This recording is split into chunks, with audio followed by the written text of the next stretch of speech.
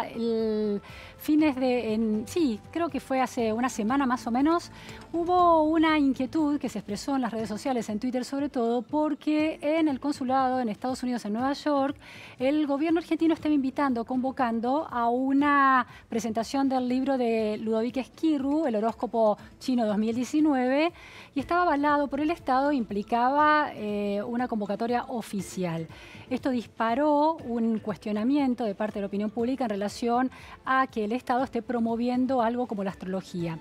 Y hay un físico argentino que vive en Estados Unidos, Alberto Rojo, que publicó una nota muy interesante sobre este tema, distinguiendo entre la astrología y la ciencia. Está en comunicación telefónica con nosotros.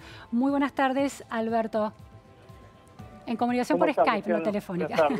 Muchas gracias por estar ahí. Alberto, leí tu nota en la revista Anfibia sobre el tema de la astrología y la ciencia. ¿Qué es una pseudociencia y por qué la astrología es una pseudociencia, según tu perspectiva? Bueno, una pseudociencia para mí es una creencia que se apoya parcialmente en la ciencia de una manera equivocada, digamos, en el caso particular de la astrología. Por supuesto que después de mi artículo he recibido todo tipo de objeciones, es decir, que de parte de los seguidores de la astrología que dicen que la astrología en el fondo no pretende ser una ciencia, lo cual puede ser así, pero en cierto punto la astrología propone un método causal que sigue que sigue la lógica científica, el método científico, ¿no? Y en la pseudociencia se dan ciertas contradicciones para mí, sí, que son el uso de información científica extrapolada más allá de su rango de validez. Es decir, algo parecido a lo que pasa con la ciencia ficción. Digamos, hay situaciones que son a veces plausibles, pero que son inválidas en lo cuantitativo o que son transgresiones del rango de validez de la ciencia hacia terrenos en los que no se aplica, ¿no? Y yo he notado en muchos casos de la astrología en que hay una referencia al mundo físico de una manera que es oracular, digamos, claro, ¿no? Que pretende estar correlacionada con las vicisitudes humanas, y eso estaría en contradicción con lo que sabemos del mundo físico. Alberto, tengo una pregunta. ¿La astrología fue en algún momento de la historia de la ciencia considerada ciencia? Bueno, depende de lo que uno llama ciencia, digamos, lo que hoy llamamos ciencia, por lo menos la física, es lo que se inicia con Galileo, digamos, el método científico. En el sentido de la experimentación y la verificación de un modelo teórico o refutación de ese modelo teórico en base a la experiencia. La astrología en la antigüedad surge de una observación inteligente del cielo. Y en su momento estaba las teorías astronómicas con la idea de que el cielo puede contener claves de comportamiento humano, estaban a veces hermanadas, a veces no. Uno lee escritos del siglo I de algunos romanos y que un poco satirizan la astrología, ¿no? De la virtud oracular. Hay uno en el libro sobre la adivinación, Cicerón dice: ¿te parece que los que murieron en la batalla de Anán todos tenían el mismo signo? Se lo dice en el siglo I. O sea que ya había una especie de tensión, digamos, entre lo que sabemos del cielo, la información que tenemos sobre el movimiento de los astros y el destino humano, ¿no? O sea, esa correlación entre ambas es lo que está en contradicción con lo que entendemos de la física. Ese era un poco el propósito de mi artículo, ¿no? Enfatizar eso, claro, ¿no? Alberto, ahora cuando uno establece una relación, sí, también hay un defensor de la astrología podría decirte que hay otro tipo de conocimiento que no es necesariamente el conocimiento que se obtiene a través del método científico. Por ejemplo, un cierto conocimiento que da la experiencia poética. Entonces, el argumento puede ser que hay quizás un cierto conocimiento que da la experiencia astrológica, la fe astrológica, si se trata de una pseudociencia o una fe, que puede ser considerado válido siempre que no se considere ciencia. ¿Cómo ves ese argumento?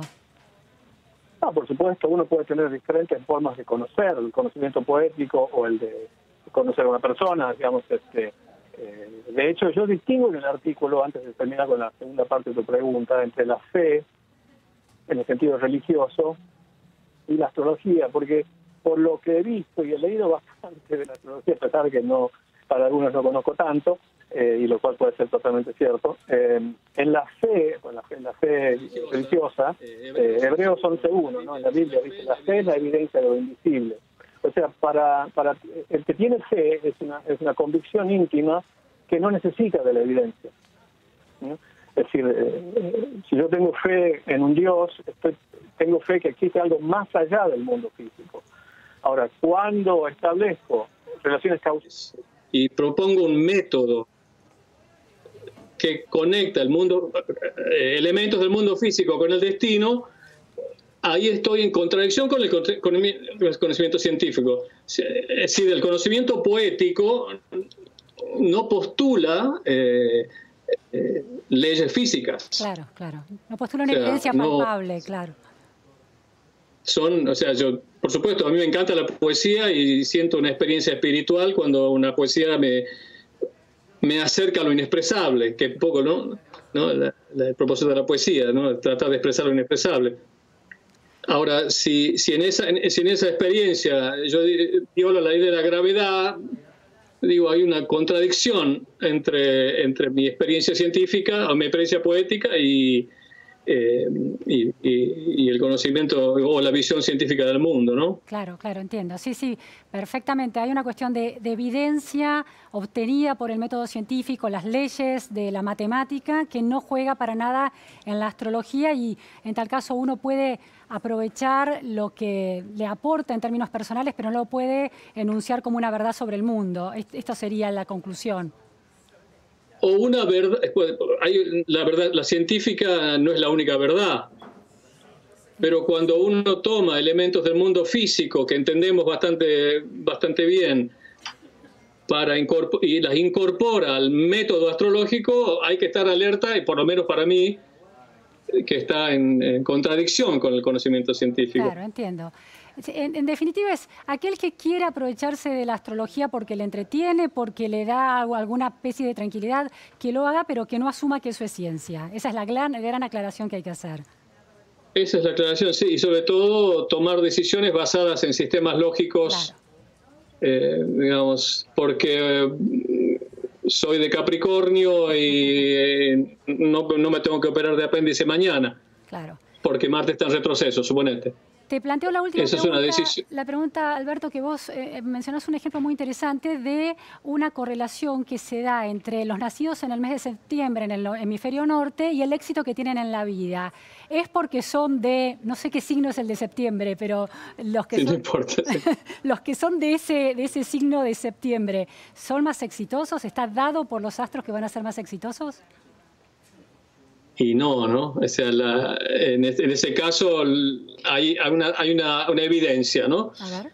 Estadísticamente tiende a ser más. Entonces buscamos la teoría que, digamos, dentro del mundo. Yo busco la teoría dentro del mundo científico. Claro. Y hay una explicación racional, digamos, el corte de la edad escolar tiene que ver con septiembre, es decir, que en el hemisferio norte los que nacen en septiembre son los más grandes de la clase. Claro.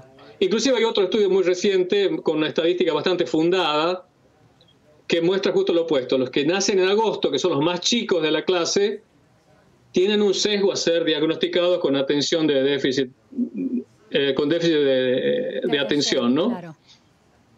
Y, o sea, eso no es una explicación que para mí es satisfactoria dentro del punto de vista de la ciencia.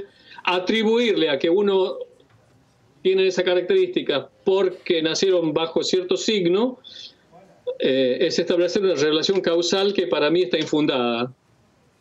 Claro, ahí está, sí, el ejemplo es clarísimo. Es decir, ¿qué tipo de explicación busca uno? ¿Las de la ciencia o, bueno, si se quiere entretener con las de la astrología? Muchísimas gracias, Alberto. Cuando estés por Argentina sería buenísimo contar contigo en la mesa de Más Info. Me encantaría, me encantaría. Seguimos en contacto, entonces. Muchas gracias. Agendamos, eso. Muchas gracias. Bueno, chao. Chao. Vamos ahora con Silvina Ahmad, porque tenemos una novedad sobre un cocinero argentino que acaba de